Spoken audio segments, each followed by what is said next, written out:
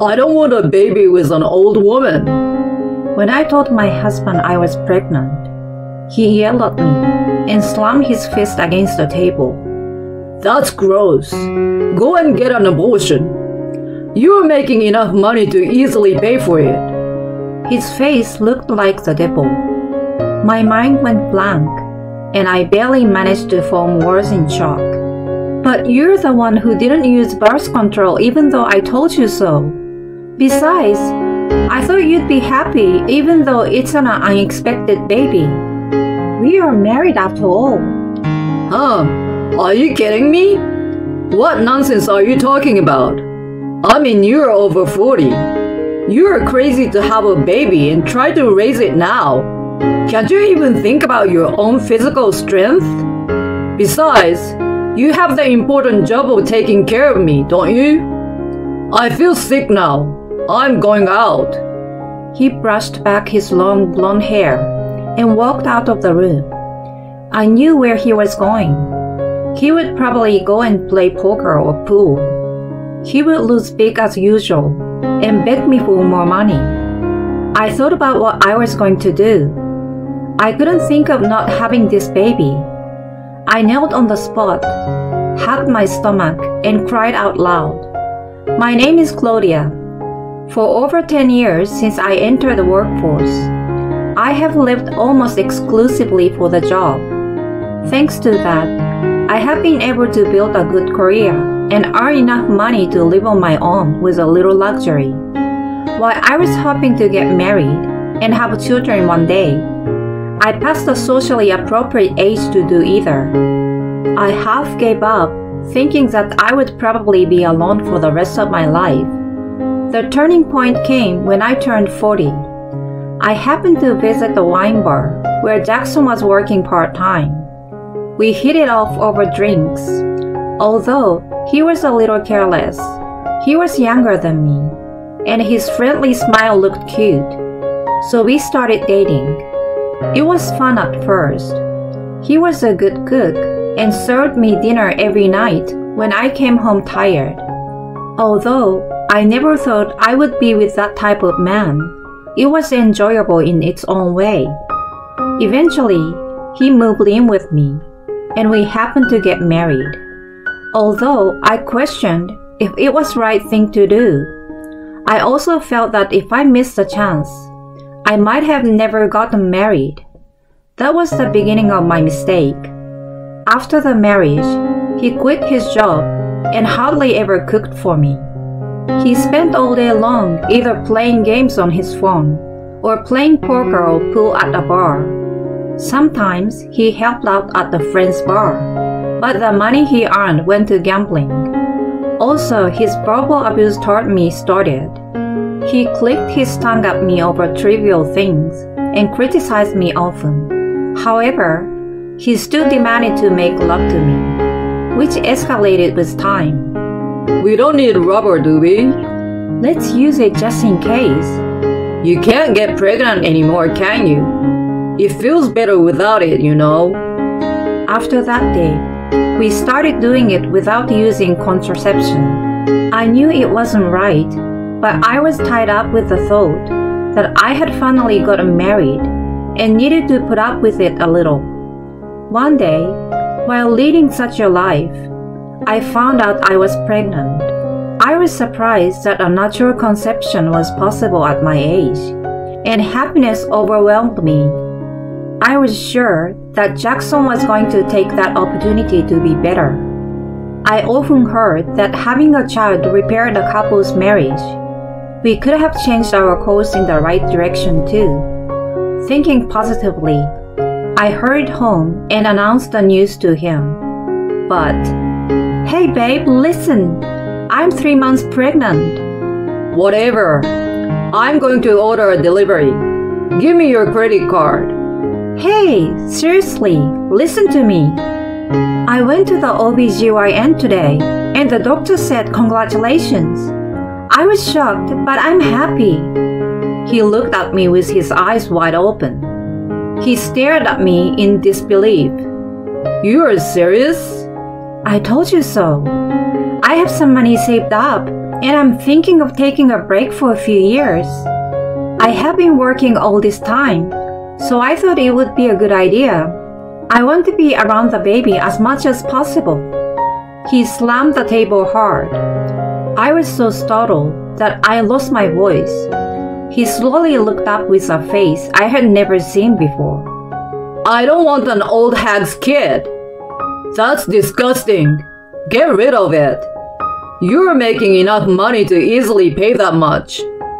His face looked like the devil as he yelled at me with a smirk.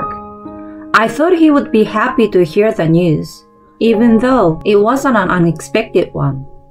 My mind went blank. While I couldn't say anything back to him, he added another blow.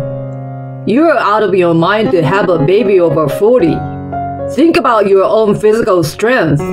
Besides, you have the important job of taking care of me. What the hell? You're the one who refused to use a condom. Darn it. I never thought an old woman could get knocked up. I feel sick now. I'm going out. He pushed his long blonde hair back and left the room with obvious annoyance. I knew where he was going. It was either poker or pool at the bar. He was going to lose big, as usual, and was going to beg me for more money with a foolish smile. I knelt and hugged my stomach. For the sake of my baby, I had to be strong. I had no intention to raise my child with him at that point. I packed my belongings in a hurry and left home. 3 years later. Honey, are you sure he's not too heavy?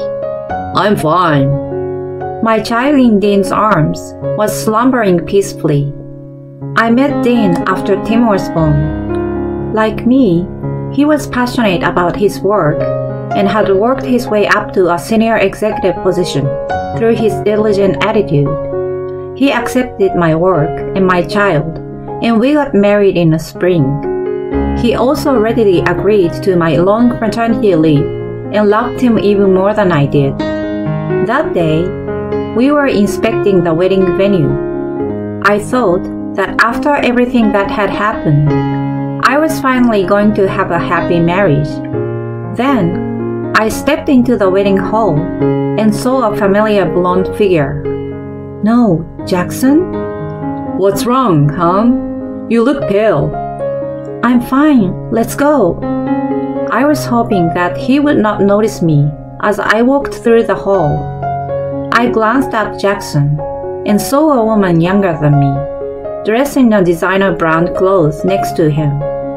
As I was thinking, he had not given up on the gigolo life.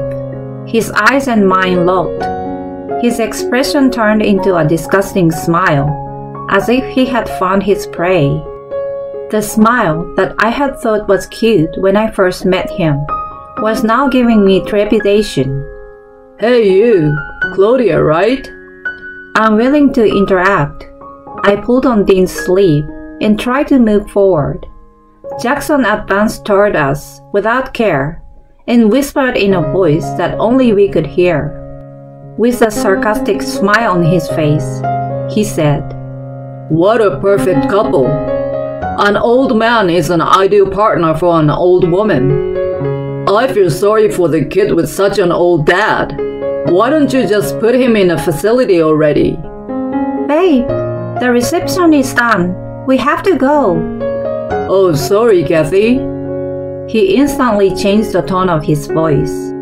It was obvious that he was a parasite on the woman. When Kathy walked past us, her whole body smelled of perfume, and she looked me up and down. Then, her expression changed to a surprise when she saw Dean standing beside me.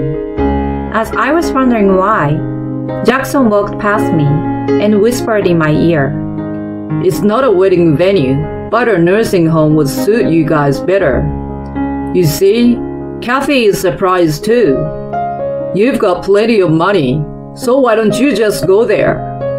I wanted to fight back, but my old memories came back to me, and I froze. I couldn't understand why I had to be attacked like that by him. He was just a scumbag who couldn't do anything on his own. Dean put his arm around my shoulder to comfort me. His warmth and Tim's sleeping face almost made me cry. I'm sorry for making you feel bad. I told you before, he's Tim's father.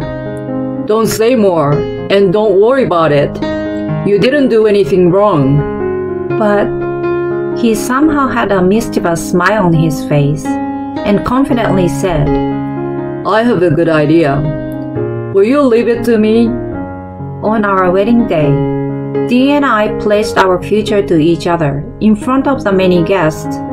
Tim was watching me and smiling next to my parents. When I secretly waved my hand, he did the same with a small hand. You look beautiful, honey. Thank you.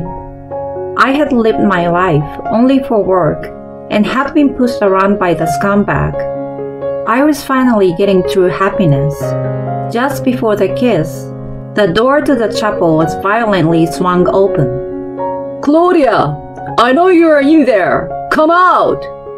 The one who pushed away the staff and burst inside was disheveled Jackson. His blonde hair, which he had been religiously bleaching, was more than half brown, and his clothes were in tatters. There was a good distance between us, but I could smell the alcohol on him. I panicked, thinking he was trying to ruin even my wedding, and shouted at him, What are you doing here? You ruined my happiness. Go to hell, you old hag. What are you talking about? Honey, let me talk. Dean stepped forward and stared at Jackson, who seemed to be intimidated by his imposing posture. He took a step back with an awkward look on his face. You brought this on yourself, Jackson. Dean's explanation went like this. The company he worked for was a partner of the company Kathy ran. They had exchanged business cards once at a business event, and he remembered her. That was the reason why she looked so surprised at that time. He then contacted her to let her know Jackson's true identity. He played her the audio of Jackson's rant that I had recorded a long time ago. Sorry, can I borrow $100? I will pay you back triple, okay? You old hag is only good at making money, so make more. When she heard that, she was furious. She prioritized her business over Gigolo and kicked him out immediately. That's too bad. Hey, you old hag, this is all your fault. You better fix it. At that time, I heard something snap inside me. You are pathetic. Jackson, apparently not expecting me to retort, wobbled backward in surprise. I yanked up the hem of my dress and walked up to him and yelled, I'm going to give you what you have been doing to me all this time. If you think I'm going to be scared of you forever, you are wrong. You should be ashamed of yourself. You call me a hag, but what about yourself? For someone your age, you keep relying on others. Grow up! The place was quiet for a moment, but the guests immediately started applauding. It spread rapidly and became a tremendous sound. While Jackson was recoiling from the scene, the police grabbed him by the arm and took him away. He seemed to have no intention of resisting and was being taken quietly. His filthy back was so small that I felt sorry for him. It was all over then. A weight had finally been lifted from my shoulders. Sometime later, I'm visiting Jackson's parents with Tim. They are not to blame, so I bring him to see his grandparents once a month. Unlike Jackson, they are sweet to us. How could a person like Jackson come out from them? It is a mystery to me. Or is it because they are too sweet to him that he became such a monster? I have no way of knowing now. My ex-mother-in-law quietly starts speaking. Jackson came here the other day. Oh, was everything okay? We told him we couldn't take care of him anymore and kicked him out. He's living a solitary life without a home or work now. He had quit his job and had been hanging around since he got engaged to Kathy. He thought that if he got married, he wouldn't have to worry about money, so he took out a loan to buy a luxury car. He is now chased by those debts as well. The lack of planning is quite disconcerting, but that's how he is. And the fiasco at your wedding was broadcasted on the local news, you know? Oh, right. One of the guests that day had taken a video with his phone, and it became viral on social media. As a result, it ended up on a local network. Although our faces were hidden, Jackson's face was clearly visible. He said that because of this, he's struggling to even find a part-time job. After what happened, I'm really grateful to you for bringing Tim to see us. He loves visiting you guys, and we thank you too. Are you still working? I'm on a break right now. I'm going to take a little longer and prioritize my life with my boy.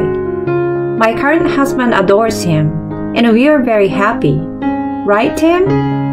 I smiled at him, and his eyes twinkle in return. His happy face blows away all the bad memories of my past.